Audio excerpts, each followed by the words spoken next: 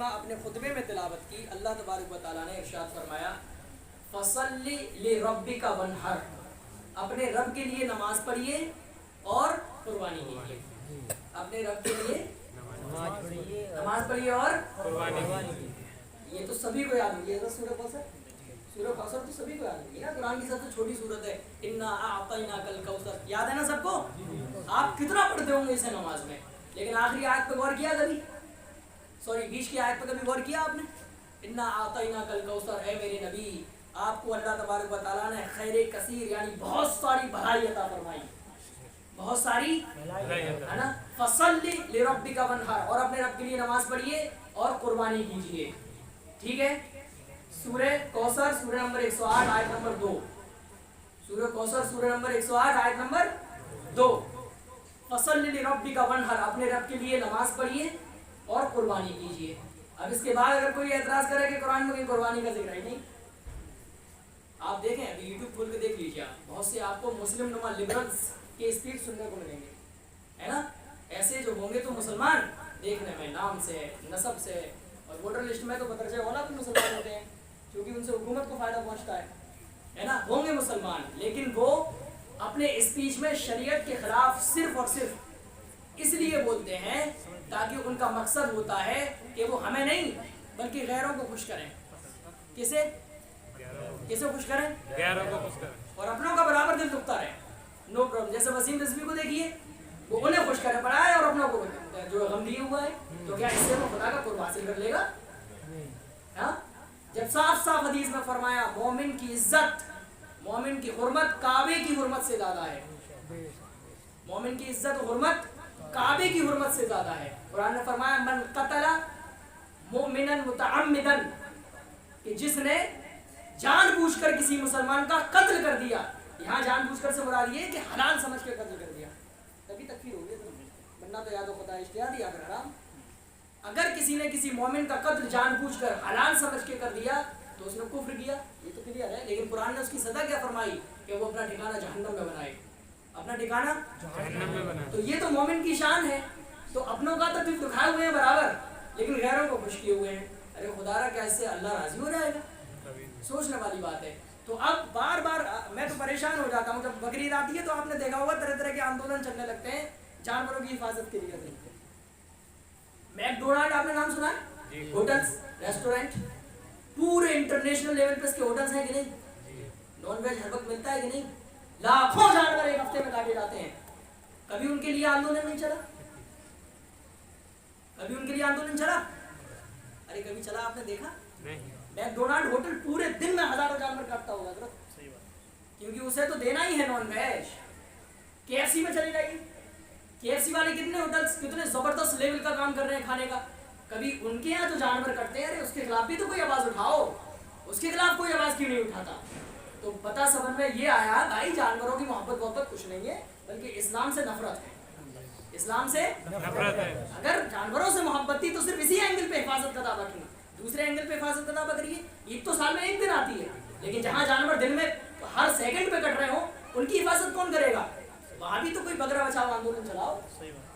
علی گڑھ میں تو بکرا بچاؤ آندولن چلا دیا، یہاں کون چلائے گا؟ تو سمجھ میں یہ آتا ہے میرے پیارو، کسی کے بہکاوے میں مت آئیے.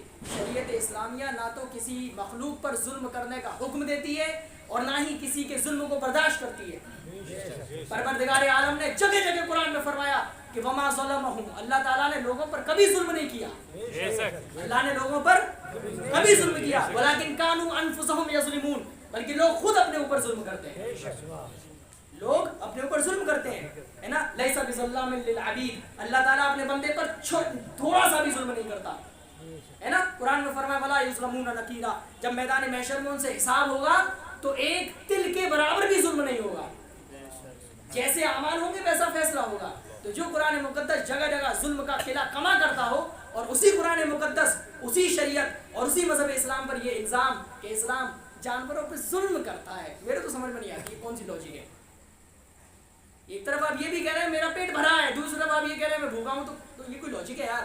جب قرآن نفی کر رہا ہے ظلم کی مکمل طور پہ کہ یہاں ظلم ہے ہی نہیں، شریعت مطہرہ میں ظلم ہے ہی نہیں، ہے نا. اور مظلوم جو ہوتا ہے اس کی دعا کے بارے میں حدیث میں کیا فرمایا کہ جب کوئی مظلوم دعا کر دیتا ہے تو اللہ تبارک و تعالیٰ یعنی عرش الہی اور اس مظلوم کی دعا کے درمیان تمام حجابات ہٹ جاتے ہیں. آئیے تمام حجابات ہٹ جاتے ہیں. یہ مظلوم کا حال ہے نا. حدیث میں فرمایا انصر اخاک ظالما او مظلوما, تمہارا بھائی اگر ظالم ہو یا مظلوم ہو دونوں حالتوں میں اس کی مدد کرو, ہے نا. تو آپ بات سمجھ رہے ہیں میری.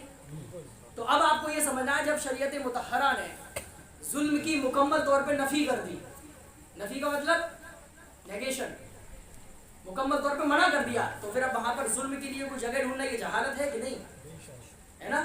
یہ کیسے ہے میں ابھی پروو کرنے والا ہوں.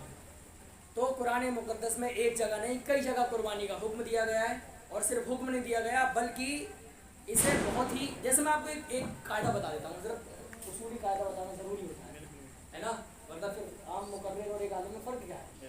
تو اب میں ایک شریعت کا قاعدہ بتاتا ہوں آپ کو, لیگل میگزم, ہے نا, دا لا آف جورسپروڈنس یعنی اصول فقہ. کیا بولا جاتا ہے؟ دا لا آف جورسپروڈنس یا پرنسپلس آف جورسپروڈنس. تو میں آپ کو اصول فقہ میں سے ایک چھوٹا سا قاعدہ اپنی عام زبان میں سمجھاتا ہوں. جیسے آپ نے پڑھا ہوگا affirmative sentence, negative sentence, imperative sentence. تو اس میں جو امپریٹو سینٹینس ہوتا ہے آدیشاتمک واکیہ, جس میں کسی کام کا حکم دیا جاتا ہے, کسی کام کا. اب امپریٹو دو طرح کا ہوگا, یا تو نیگیٹو ہوگا یا افرمیٹو ہوگا, یعنی یا تو کسی کام سے روکا جائے گا ڈونٹ کے ذریعے, یا پھر ڈو کے ذریعے کام کرنے کا حکم دیا جائے گا. جیسے میں نے کہا جاؤ تو گو, یہ امپریٹو افرمیٹو ہوا, اور میں نے کہا ڈونٹ گو تو یہ امپریٹو نیگیٹو ہوا. میں صحیح بتا رہا ہوں؟ ارے میں کہیں گرامر میں مسٹیک کروں تو ٹوک دیجیے گا, ٹھیک ہے. میں نے صحیح بتایا نا. تو یہ جو امپریٹو سینٹینس ہے, حکم دینا, آدیشاتمک واکیہ, جب یہ قرآن اور حدیث میں آتا ہے تو اس سے جو بھی چیز ثابت ہوگی وہ واجب ہوگی. کیا واجب؟ نہ سنت ہوگی نہ نفل ہوگی, کیا ہوگی؟ حضرت امر کا حکم وجوبی ہے. ہاں, اس لیے اصول فقہ میں کہا جاتا ہے کہ امر کا معنی یہ امپریٹو سینٹینس, جب قرآن و حدیث میں امر کا صیغہ آئے, امر کا سینٹینس یعنی امپریٹو سینٹینس آئے, تو اس سے جو حکم ثابت ہوتا ہے وہ واجب کا حکم ثابت ہوتا ہے. کس کا؟ واجب. یہ حکم اپنے مطلق پہ رہے گا, جنرلی سامانیہ طور پر یہ واجبی رہے گا جب تک کہ اس کے خلاف کوئی دلیل نہ ہو, ہے نا. کہ قرآن میں بہت جگہ حکم ہے لیکن وہاں واجبی نہیں ہے, کہیں استحبابی ہے. کیوں؟ کیونکہ اس کے خلاف کوئی دلیل موجود ہے. تو آپ کو قاعدہ سمجھ میں آ گیا. جب قرآن اور حدیث میں آدیشات پر واقعہ آئے, امپریٹو سینٹینس آئے, تو کیا ثابت ہوتا ہے؟ سنت یا نفل؟ کیا ثابت ہوتا ہے بولیے, پیچھے سے آواز نہیں آئی. واجب. ماشاءاللہ. تو سمجھ گئے آپ چھوٹا سا قاعدہ. تو قرآن مقدس نے یہ جو میں نے ابھی آیت پڑھی فصلی لربک, اور اپنے رب کے لیے نماز پڑھیے, ونحر, اور قربانی کرو, تو یہ امپریٹو سینٹینس ہے کہ نہیں؟ کیا ہے امپریٹو سینٹینس؟ تو قربانی کرنا کیا ہوا, سنت یا نفل؟ پروو ہو گیا, قرآن سے پروو ہو گیا. اب اگر کوئی کہے کہ قرآن میں کہیں ہے ہی نہیں تو اس کا کیا علاج ہے بتائیے حضرت؟ کوئی علاج ہے اس کا؟ جب قرآن میں صاف صاف ہے فصلی لربک ونحر, اپنے رب کے لیے نماز پڑھیے. بعض مفسرین نے فرمایا یہاں جو نماز کا ذکر ہے اس سے عید کی نماز کا ذکر ہے. بعض مفسرین نے یہ بھی کہا ہے نا. بہرحال اس سے بحث ہی نہیں ہے ہمیں اس وقت. تو قرآن نے صاف طور پہ قربانی کا حکم دیا, اور جب قرآن کسی چیز کا حکم دیتا ہے تو اس سے واجب ثابت ہوتا ہے شریعت میں. تو قربانی واجب ہوئی کہ نہیں؟ اب اگر کوئی 9th اور ہائی اسکول کی انگلش گرامر نہیں جانتا اور وہ ولیم شیکسپیئر کے لٹریچر کو حل کرنے کا دعویٰ کرے تو کر لے گا, وہ کر لے گا.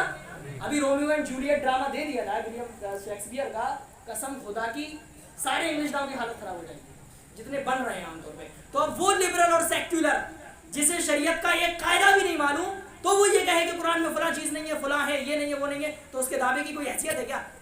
جب وہ جانتا ہی نہیں ہے شریعت کا تو اس کی بات کی حیثیت کیا ہے؟ لیکن پھر ہم ان کی باتوں کو حیثیت کیوں دیتے ہیں؟ Point to be noted.